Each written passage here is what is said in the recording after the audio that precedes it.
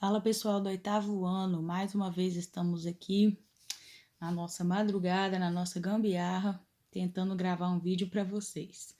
Já saiu um aqui, tem até alguns rabiscados, deu errado, tive que apagar. Vamos lá, vamos começar de novo, tá? Primeira coisa que eu quero lembrar com vocês aqui é que o objetivo desses vídeos não é trazer resposta pronta para vocês, tá? O objetivo do vídeo é auxiliar para que vocês consigam responder as questões do PET e realmente aprender alguma coisa, porque infelizmente, quando nós retornarmos à aula, não vai dar tempo de retornar todas essas matérias que vocês estão estudando à distância, tá? Então, vocês vão precisar ter pegado alguma coisa, pelo menos o básico do básico, para quando retornar à aula, quando for para o nono, primeiro, segundo, terceiro ano e do ensino médio, vocês terem o básico do básico, tá bom? Então, o que eu vou explicar aqui vai caber para a semana 2 e para a semana 3. Semana 2 já passou, mas alguns alunos não fizeram, alguns alunos fazem copiando da internet, alguns alunos fazem, mas fica a dúvida, tá bom? Então, eu vou falando algumas coisas aqui, se encaixar na dúvida que você teve, você vai aplicar, tá bom? Então, vamos lá. Primeira coisa, gente, muito importante, tem que saber isso aqui de mente, olhar e na hora lembrar. É o nosso lembretezinho aqui, ó.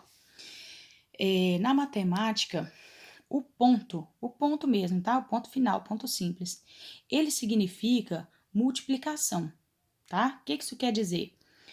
No outro vídeo eu falei sobre isso aqui, quando eu tenho um número e uma letra junto, tem uma multiplicação aqui, certo? É a mesma coisa de eu colocar aqui, ó, 2.x, 2 vezes x, ok?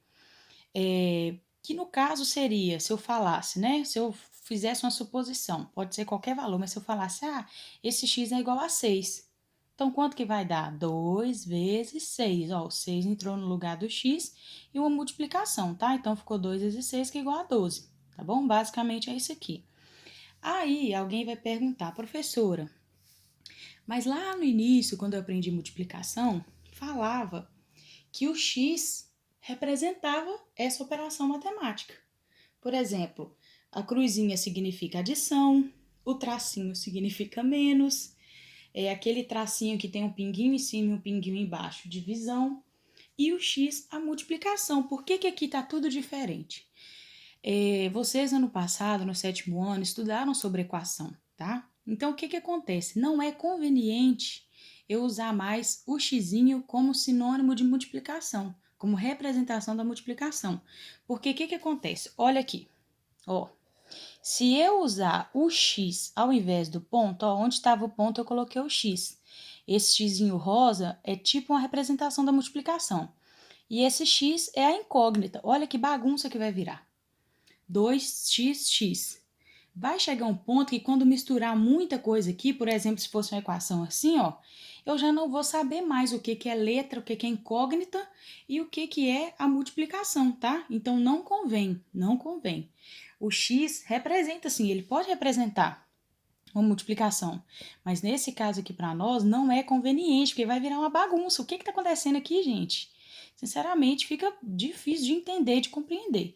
Então, sempre que for falar de multiplicação entre números e letras, utilize o ponto, tá? Ou só deixa próximo assim que você já vai recordar. Coisa que tem que olhar e saber.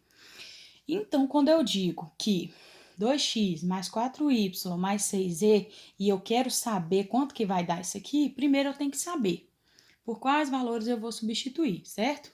Então, eu fiz uma suposição aqui, tá? Pode ser qualquer valor, mas eu coloquei que o x vale 2, o y vale 3 e o z vale 4.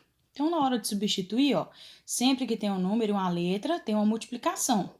Então, aqui eu substituí, ó, 2 ponto de multiplicação vezes 2. 4 vezes 3. 6 vezes, tá junto, tem vezes, 4, que é o valor que eu coloquei. Na hora de resolver aqui, gente, não esqueça disso, tá? Isso é básico e tem gente que chega no Enem fazendo isso aqui errado, tá? Não cola chegar no Enem fazendo isso aqui errado, pelo amor de Deus, tem que saber. Toda equação, expressão que eu tenho, eu resolvo primeiro as multiplicações. Tenho que resolver, eu não posso vir aqui somar 2 mais 4, a 3 mais 6, para depois multiplicar. Não existe isso. Primeira multiplicação, ó, 2 vezes 2, 4. 4 vezes 3, 12. 6 vezes 4, 12. Como aqui agora eu só tenho soma, eu posso somar todo mundo de uma vez ou fazer igual eu fiz aqui, né? No caso, 4 mais 12, 16, mais 24, ó. 10 com 20, 30, 36, 40, tá bom? Então, tá aqui o resultado. Então, vamos lá. Mais um tópico muito importante que eu creio que vocês não estudaram ainda e é muito importante. O básico aí é saber sobre o par ordenado. Vamos lembrar sobre o par ordenado que nós falamos no último vídeo. Toda vez que falo par ordenado, é isso aqui, ó. O X e o Y nessa ordem, tá? Tem que ser nessa ordem, não pode ser Y e X, tá bom? Tem que ser X e Y. Por quê? Vou explicar para vocês. Existe na matemática vou falar uma coisinha, tá? Para ficar mais simples de entender, que se chama plano cartesiano. Quando a gente fala plano, você já imagina uma coisa assim bem plana, né? Bem retinha. E cartesiano é bem característico da matemática mesmo, tá? O que é o plano cartesiano? Para nós aqui, o que vocês precisam entender agora. O plano cartesiano nada mais é que dois traços, tá? Como se fosse um sinal de mais, tá? Onde esse eixo que tá deitado aqui é o meu eixo X, tá? E esse eixo que tá em pé aqui é o eixo Y. O que acontece aqui? Nesse eixo X, ó, tá vendo que tem esse ponto aqui onde eles se encontram, de onde eles partem, vamos dizer assim? Esse ponto aqui é a origem, é o ponto zero. Nesse ponto aqui, ó, seria o ponto zero, tá? Tá aqui o meu eixo X. Desse lado de cá, ó, do lado direito, eu só tenho pontos positivos, do 1 para lá. 1, 2, 3, 4, 5, basicamente isso, tá? Como se fosse a reta numérica. Óbvio que entre o 1 e o 2 tem 1,2, 1,9, 1,91, tem todos esses números aqui, tá? Mas vamos passar para o mais importante.